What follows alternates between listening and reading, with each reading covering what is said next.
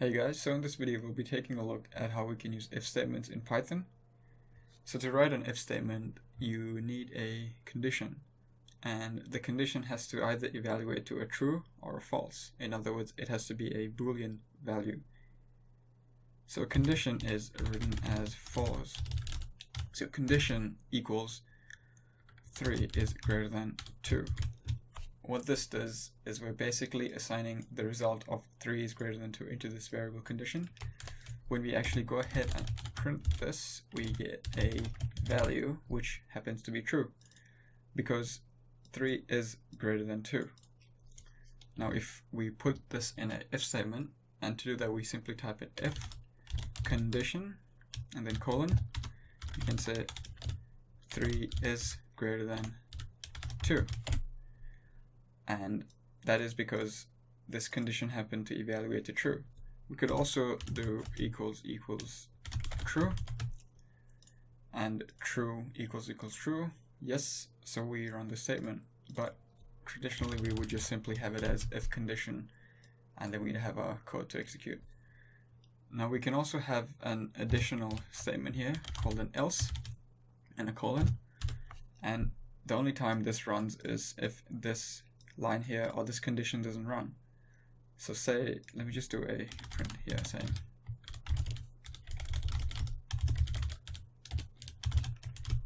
so at the moment when we run this statement, we get 3 is greater than 2 because it reached this line, and the reason it reached this line is because this evaluated to true.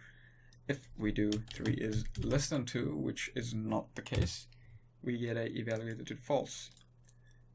So it basically skips this because it's not true, and this goes here. So it runs this bit over here. So at its basic, this is an if condition, and we can also write a condition, if conditions in different ways. So another way would be if and then have a Elif, so condition. Now we can just do a print statement saying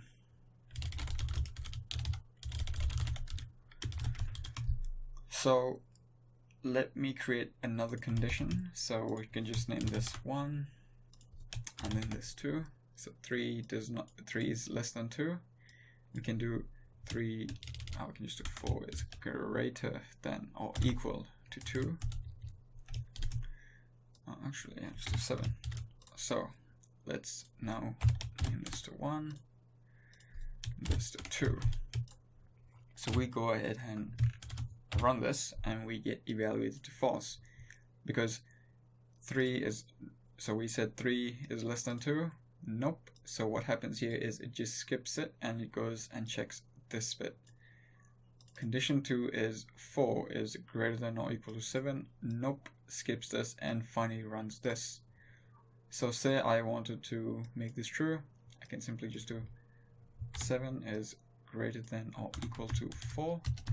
I run this and I get this statement printed. So from the outputs, only one of these can happen. So it'll either be this printed, this one, or this one. And depending on whether our conditions are true or false, we get the right output. In this case, this evaluated to false. So we go ahead and we check this. This evaluated to true. We print this and we don't bother with this. But if these two were false, we have to bother with this. So we print this one out. We can also do that. So basically what happens here is it'll check this. If it's true, it'll print this. And previously I mentioned if this is true, it won't go ahead and carry out the tasks that are in here. But in this case it will, because it's another if statement. So if this is true, do that and check it. If this is true, print that. If this one isn't true, print that. So let's run that. So at the moment 3 is not greater than 2, but let me just do that and I run this. So now we can see that 3 is greater than 2, so we run this. And this one, 7 is greater than or equal to 4, so in this case 7 is greater than 4, we run that. Otherwise we would run this. So I can just do that and I run that. So now we get this output. So this evaluated to true, goes down here, it checks, is this true? Nope. Let's go down here.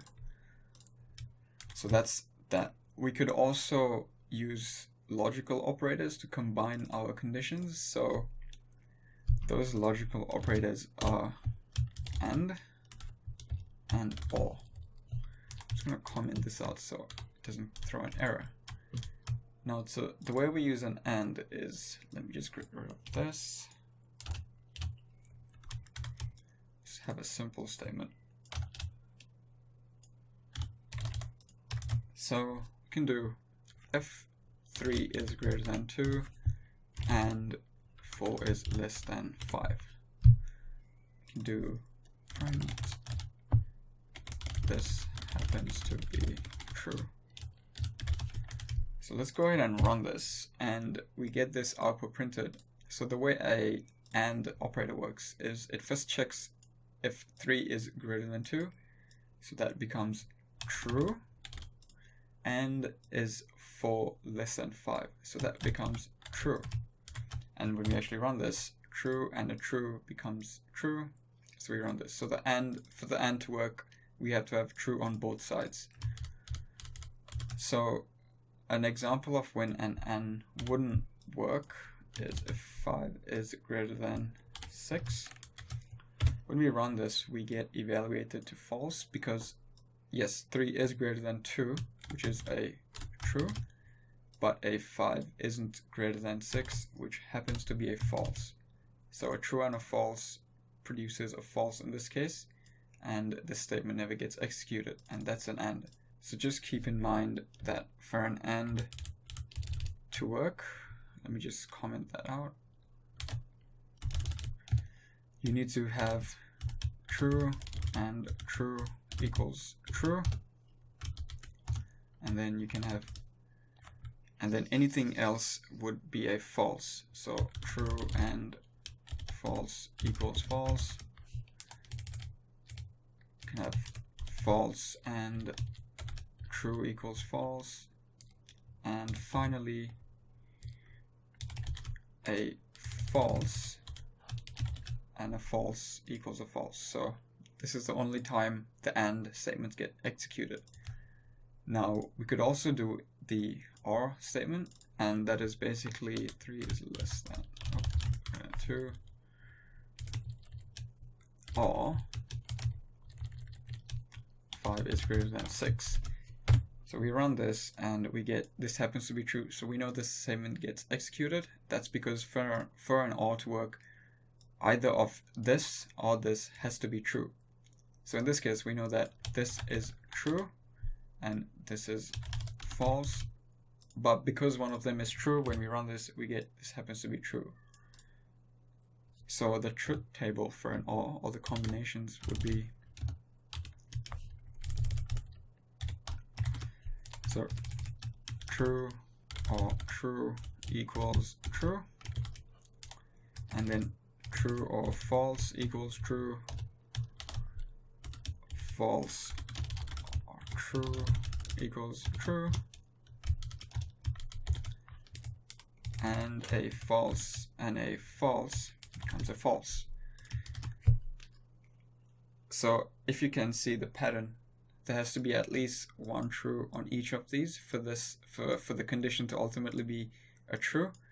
And the only time it's a false is if both left and the right conditions are false.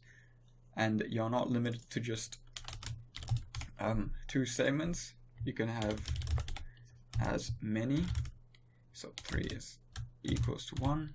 You can even mix. So 4 does not equal 5.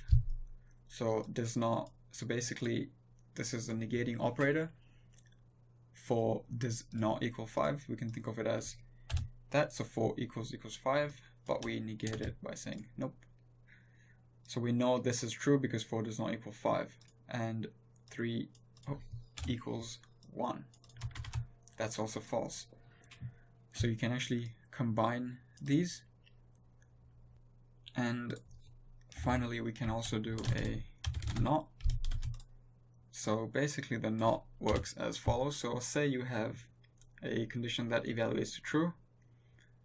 So 3 is greater than 6. This is a false, but if we do a not and we print this, we get this happens to be true. Because firstly, it gets this statement here. So 3, you can think of it as 3 is greater than 6. Nope. And adding a not basically inverts whatever's in here. So false becomes a true. And if we had less than 6, so we know this is a true, when we run this not, it becomes, so it inverses the true and it becomes a false, which means it should print this out. So when we run that, evaluate it to false. So the truth table for that would be, so the not would be, so a true equals a false, and a false becomes a true. So that's it for that part of the if statements. Let's have a look at a few more examples. So just to save some time, I'm gonna go ahead and copy and paste some of the code, and I'm gonna go through it with you guys. Alright, so this is a simple program to basically check if you are too young or you can buy a drink. So the way this works is we get a user input and we convert that input into a number. So we are expecting a number from the user and we're storing it in this variable user age. So if the user age happens to be greater than or equal to 18, they will be able to buy the drink. Otherwise, it will say you are too young to drink or buy the drink. So when we run this, we can just enter the age, 20, and you can buy this drink because 20 is greater than or equal to 18. Run this again and we do 18. You can buy this drink because 18 is equal to 18. And if I do something like 12, you are too young to buy this drink. So it works as expected. And I'm just going to copy that, comment that, and have a go at another example. Right, so this example here, given a grade from 0 to 100, it will tell us whether we got an A, B, C, or a D. So let me just run you through. So similarly to the previous example, we get the grade sorted in the user grade. And here we're checking if the user grade is greater than or equal to 85 and the user grade is less than or equal to 100. If that's the case, so if the grade is within 85 and 100 included, we print grade A. Otherwise, we do we check if it's greater than or equal to 65 and less than or equal to 84. So it's just like the first statement. If the grades, if the number is within the range of 65 and 84 inclusive, we print grade B. And if you've noticed, I've basically said if and then elif, which basically means we'll only get printed out one of these. So it'll either be this, this, this, or that. It'll never be this and that. So let's go ahead and run this. So if I say I got 67, it says we got grade B because 67 is greater than 65, but it's less than 84. So if I run this again, and we do 85, I get grade A because 85 is equal to 85, but less than 100. I'm going to comment this out and show you another example. Here we go. So I have created a variable called total, and this is a simple shopping scenario. So you have a cart with these items in it, and the idea is if a specific item is in the cart, we have to add the total up to get the price. So we first check if apple is in the cart, we add $3.99 onto this total. And I'm not entirely sure if I went over this method of adding into a variable, but the equivalent to that would be total equals total plus $3.99. So we are basically storing the value of total plus this in this variable. So just to make it a little less confusing, whatever is in total currently, which is 0, add 3.99 to that, and then store it in that same variable. So right now we've got 0, so 0 plus 3.99 would be 3.99, and that would reside in the total variable. So going back to the if statement, if apple exists, then we're going to add 3.99 to the total. If bananas exist, add 4.99. If oranges exist, 2.99. So when we print this, we get a total of 1796 because each and every item of this is in the cart. But say we took out fish, so fish is 5.99, basically minus 5.99 from there, and we get 11.97. So this checks every single item. So this is a simple example of where these three if statements come in handy. So there's not too much to if statements, and in the next video we'll most likely be taking a look at functions. So see you in the next video.